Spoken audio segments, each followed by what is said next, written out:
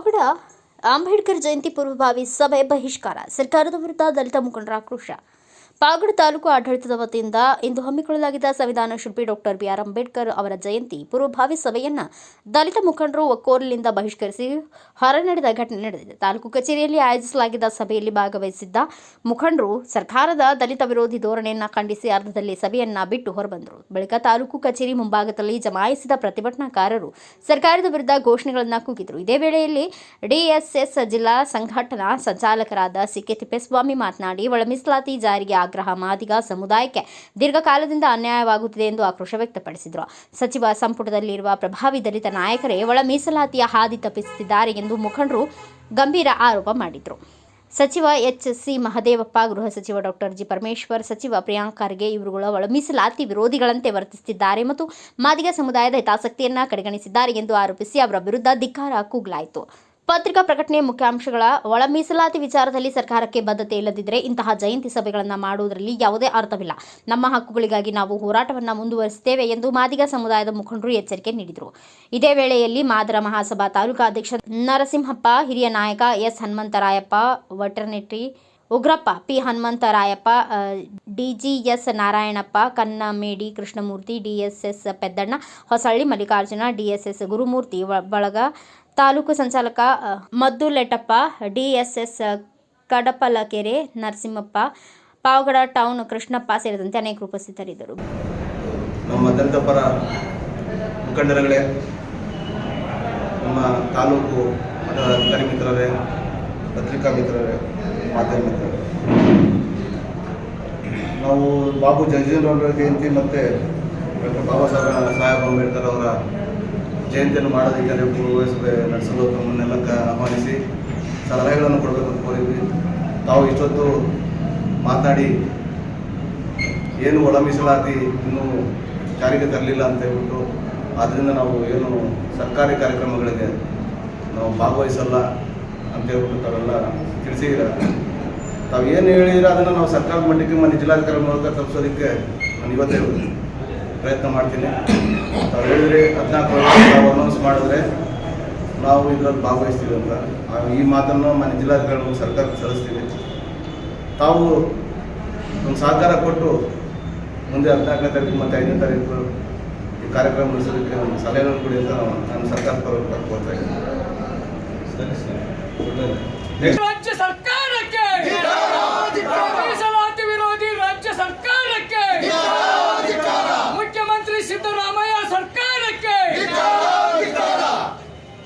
ಮಾನ್ಯ ಖರ್ಗೆಜಿ ಅವರಿಗೆ, ಮಾನ್ಯ ಮಹದೇವಪ್ಪನವರಿಗೆ, ಪ್ರಿಯಾಂಕ ಖರ್ಗೆ ಅವರಿಗೆ. ಒಂದು ರೀತಿಯಲ್ಲಿ ನಾವು ನಮ್ಮ ಉದ್ದೇಶ ಇಷ್ಟೇ, ಸತತವಾಗಿ 35 ವರ್ಷಗಳ ಮೇಲ್ಪಟ್ಟು ಒಳ ಮೀಸಲಾತಿ ಜಾರಿಗೆ ನಾವು ಹಲವಾರು ಹೋರಾಟಗಳನ್ನು ಮಾಡ್ಕೊಂಡು ಬರ್ತಾ ಇದ್ದಾರೆ. ಆದರೆ ಇವತ್ತಿನವರೆಗೂ ಸಹ ನೆಕ್ಸ್ಟ್ ಆಗಸ್ಟ್ ಬಂದರೆ 2 ವರ್ಷ ಆಗ್ತಾ ಇದೆ. ಆದರೆ ಒಂದು ಚೂರು ಸಹ ನಮ್ಮ ಮುಖ್ಯಮಂತ್ರಿ ಸಿದ್ದರಾಮಯ್ಯ ಸಾಹೇಬರು ಯಾವುದೇ ಒಂದು ದಿಟ್ಟ ನಿಲುವನ್ನು ತಗೊಂಡಿಲ್ಲ. ಇವತ್ತು ಅಹಿಂದ ನಾಯಕರು ಅಂತ ಹೇಳೋದಕ್ಕೆ ಎಲ್ಲರೂ ಒಕ್ಕೊರಲಿಂದ ಹೇಳ್ತಾರೆ, ಸಮಾನತೆಯನ್ನು ನೋಡ್ತಾರೆ, ಹರಿಕಾರ ಅಂತ ಹೇಳ್ತಾರೆ. ಆದರೆ ನಮ್ಮ ದಲಿತರ ಬಗ್ಗೆ ಕಿಂಚಿತ್ತೂ ಸಹ ಒಂದು ಆಲೋಚನೆ ಮಾಡದೆ ದಾರಿ ತಪ್ಪಿಸುವಂತಹ ಒಂದು ಹೇಳಿಕೆಗಳನ್ನು ಕೊಡ್ತಾ ನಮಗೆ ತುಂಬಾ ಮೋಸ ಆಗೋ ರೀತಿಯಲ್ಲಿ ನಡ್ಕೊಂತ ಇರೋದು ಇದು. ನಾವು ನಮ್ಮ ತಾಲೂಕಿನ ಎಲ್ಲ ದಲಿತರ ಪರವಾಗಿ ಇದನ್ನ ಅವ್ರಿಗೆ ಖಂಡಿಸ್ತೀವಿ. ಮತ್ತೆ ಇನ್ನೊಂದೇನಪ್ಪ ಅಂದ್ರೆ, ಒಳ ಮೀಸಲಾತಿ ಆಂಧ್ರ ಪ್ರದೇಶದಲ್ಲಿ, ತೆಲಂಗಾಣದಲ್ಲಿ, ಒರಿಸ್ಸಾದಲ್ಲಿ ಎಲ್ಲ ಕಡೆಗೂ ಆಗಿದೆ. ಆದ್ರೆ ನಮ್ಮ ಕರ್ನಾಟಕದಲ್ಲಿ ಮಾತ್ರ ಸುಮ್ಮನೆ ಮುಂದೆಡ್ಕೊಂಡು ಹೋಗ್ತಾ ಇದ್ರೆ ಇದಕ್ಕೆ ಅರ್ಥ ಏನು ಅಂತ ಗೊತ್ತಾಗ್ತಾ ಇಲ್ಲ.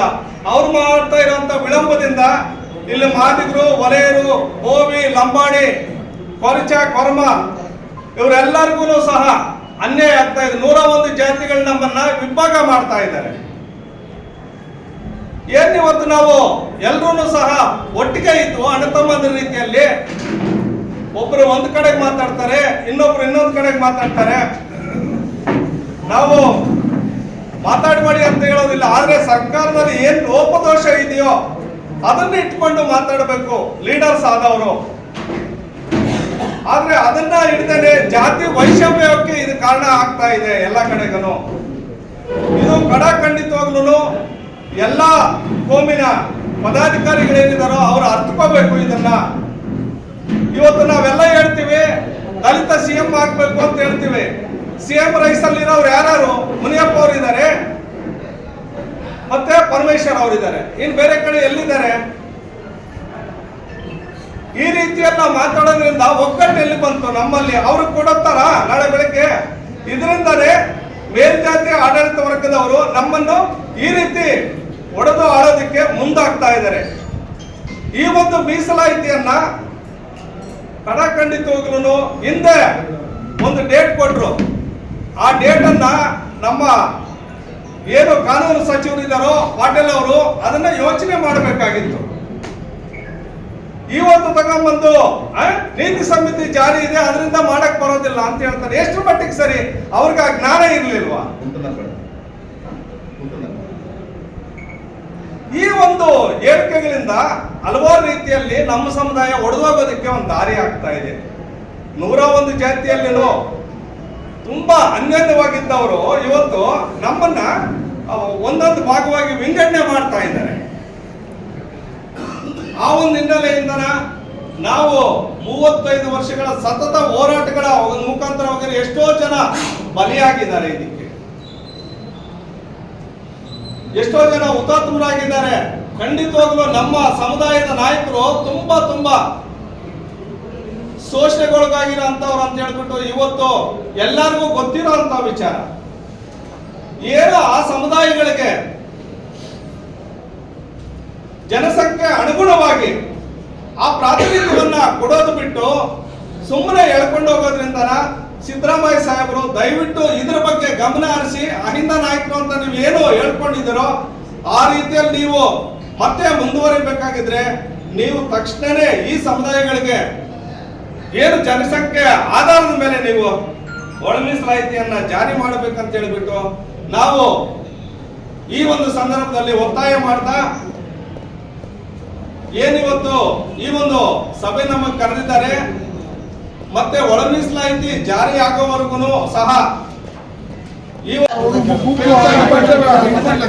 ಶತಮಾನಗಳಿಂದ ತುಳಿತಕ್ಕೊಳಗಾಗಿದ್ದ ಮಾದಿಗ ಸಮುದಾಯ 35 ವರ್ಷಗಳಿಂದ ಪ್ರತ್ಯೇಕವಾದ ಮೀಸಲಾತಿಯನ್ನ ನಾವು ಮೀಸಲಾತಿಯಲ್ಲಿ ಒಳ ಮೀಸಲೆಯನ್ನ ಮೀಸಲಾತಿಯನ್ನು ಕೊಡಿ ಅಂತೇಳಿ ಸರ್ಕಾರಕ್ಕೆ ಹಲವಾರು ಬಾರಿ ಪ್ರತಿಭಟನೆಗಳನ್ನು ಮಾಡಿ ಹೊರಬೆತ್ತಲು ಪ್ರತಿಭಟನೆ ಮಾಡಿದ್ದೇವೆ, ಉದ್ಘೋಷ ಚಳವಳಿಯನ್ನು ಮಾಡಿದ್ದೇವೆ, ವಿಧಾನಸೌಧಕ್ಕೆ ಮುತ್ತಿಗೆಯನ್ನು ಹಾಕಿದ್ದೇವೆ. ನಾವು ಎಲ್ಲಾ ಪ್ರಯತ್ನಗಳನ್ನ ಮಾಡುತ್ತಾದ್ರೂ ಕೂಡ ಈ ಸರ್ಕಾರ ಮಾಡಿದಿಲ್ಲ. ಕೊನೆಗೆ ಸುಪ್ರೀಂ ಕೋರ್ಟ್ ಆದೇಶದ ಅನ್ವಯ ಈ ಒಳ ಮೀಸಲಾತಿಯನ್ನ ಆಯಾ ರಾಜ್ಯಗಳೇ ಮಾಡಬಹುದು ಅಂತ ಬಿಟ್ಟು ತೀರ್ಪನ್ನು ಕೊಟ್ಟಾಗ ಎಲ್ಲಾ ರಾಜ್ಯಗಳಲ್ಲೂ ಕೂಡ ಒಳ ಮೀಸಲಾತಿಯನ್ನ ಜಾರಿ ಮಾಡಿದರೆ ಈ ಕಾಂಗ್ರೆಸ್ ಸರ್ಕಾರ ಕರ್ನಾಟಕದಲ್ಲಿ ಮಾತ್ರ ಏನು ದತ್ತಾಂಶಗಳು ನಮಗೆ ಸರಿಯಾಗಿಲ್ಲ ಅನ್ನೋ ಒಂದು ನೆಪವನ್ನು ಇಟ್ಕೊಂಡು ಬೇರೆಯವರ ಮಾತನ್ನು ಕೇಳಿಕೊಂಡು ಈ ಮಾದಿಗ ಸಮುದಾಯಕ್ಕೆ ಅನ್ಯಾಯವನ್ನು ಮಾಡ್ತಾ ಬಂದಿದ್ದಾರೆ. ಬಂಧುಗಳೇ, ಈ ಅನ್ಯಾಯದ ವಿರುದ್ಧವಾಗಿ ಇವತ್ತು ಏನು ನಾವು ಕರ್ನಾಟಕ ರಾಜ್ಯಾದ್ಯಂತ ಏನು ಸರ್ಕಾರಿ ಕಾರ್ಯಕ್ರಮಗಳೇನು ಮಾಡ್ತಾ ಇದ್ದೇವೆ, ಯಾವುದೇ ಜಯಂತಿಗಳಾಗಿರ್ಬೋದು, ನಮಗೆ ಒಳ ಮೀಸಲಾತಿ ಜಾರಿಯಾಗುವವರೆಗೂ ನಾವು ಯಾವುದೇ ಜಯಂತಿಗಳನ್ನ ನಾವು ಭಾಗವಹಿಸಲ್ಲ, ನಮ್ಮ ವಿರುದ್ಧವಾದ ಒಂದು ಪ್ರತಿಭಟನೆಯನ್ನು ನಾವು ಮಾಡಲಿಕ್ಕೆ ನಾವು ಮುಂದಾಗಿದ್ದೇವೆ ಅಂತ ಈ ಮೂಲಕ ಹೇಳ್ತಾ ಮತ್ತೊಂದು ಮಾತನ್ನು ನಾನು ಮೀಡಿಯಾ ಮುಖಾಂತರ ಹೇಳ್ತಾ ಇದ್ದೀನಿ. ಇವತ್ತು ಏನು ಉಪಚುನಾವಣೆಗಳು ನಡೀತಾ ಇದೆ, ದಯಮಾಡಿ ನನ್ನೆಲ್ಲ ಮಾದಿಗ ಬಂಧುಗಳಲ್ಲಿ ನಾನು ವಿನಂತಿಯನ್ನು ಮಾಡ್ತಾ ಇದ್ದೀನಿ. ಸರ್ಕಾರದ ವಿರುದ್ಧವಾದಂತಹ ಮತಗಳನ್ನು ಹಾಕಿ ಈ ಒಂದು ಸರ್ಕಾರಕ್ಕೆ ಸೋಲನ್ನು ಕಟ್ಟತಕ್ಕಂಥ ಒಂದು ವ್ಯವಸ್ಥೆಯನ್ನ ಮಾದಿಗ ಮತದಾರರು ಈ ಕೂಡಲೇ ಈ ಒಂದು ಪ್ರಕ್ರಿಯೆಯನ್ನು ಮಾಡಬೇಕು ಅಂತ ಹೇಳ್ಬಿಟ್ಟು ನಾನು ಈ ಒಂದು ಏನು ಪತ್ರಿಕಾ ಮುಖಾನ ನಾನು ಮನವಿಯನ್ನು ಮಾಡ್ತಾ ಇದ್ದೀನಿ. ಬಂಧುಗಳೇ, ಜೈ ಭೀಮ್.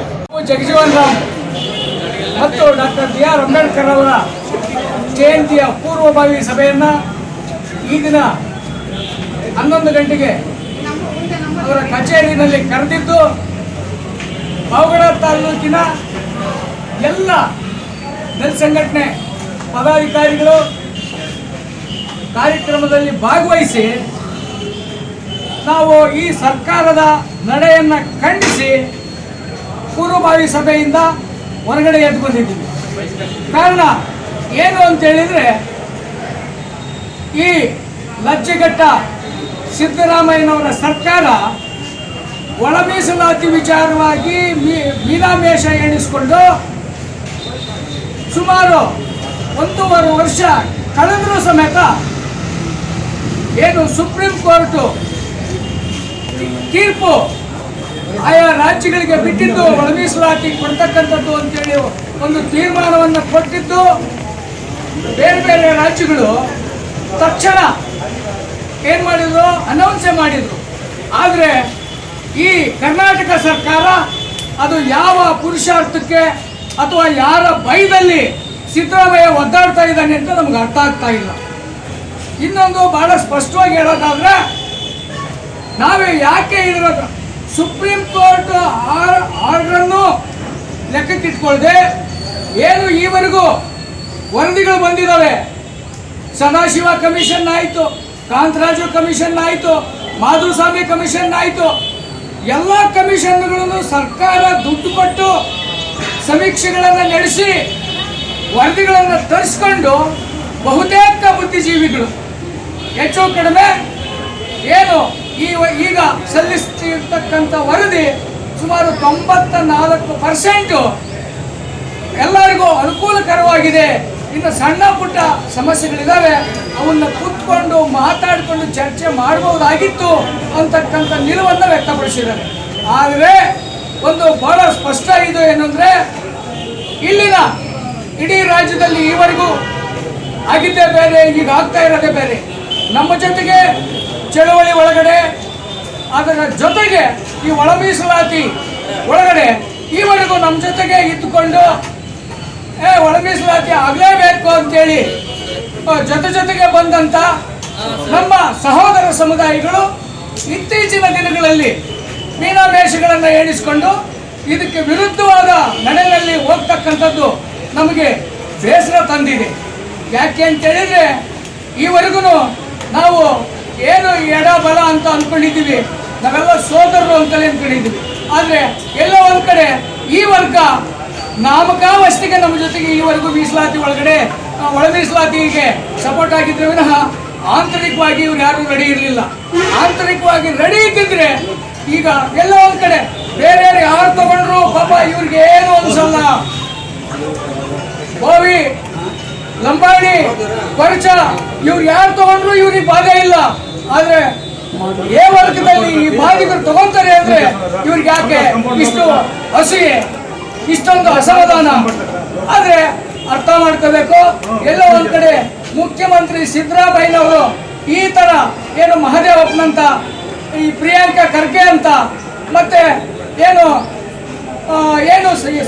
ಇವರಿದ್ದಾರೆ ಕೆಲವು ಅಧಿಕಾರಿಗಳು ಸಮೇತನ, ಮಣಿವಣ್ಣನ್ ಇರ್ಬೋದು, ವೆಂಕಟಯ್ಯ ಇರ್ಬೋದು, ಇವರೆಲ್ಲರೂ ಅವ್ರದ್ದೇ ಆದ ವರ್ಗಗಳಿದ್ದಾವೆ, ಚಿಕ್ಕ ತಪ್ಪಿಸ್ತಕ್ಕಂಥ ಕೆಲಸ ಮಾಡ್ತಾ ಇದ್ದಾರೆ.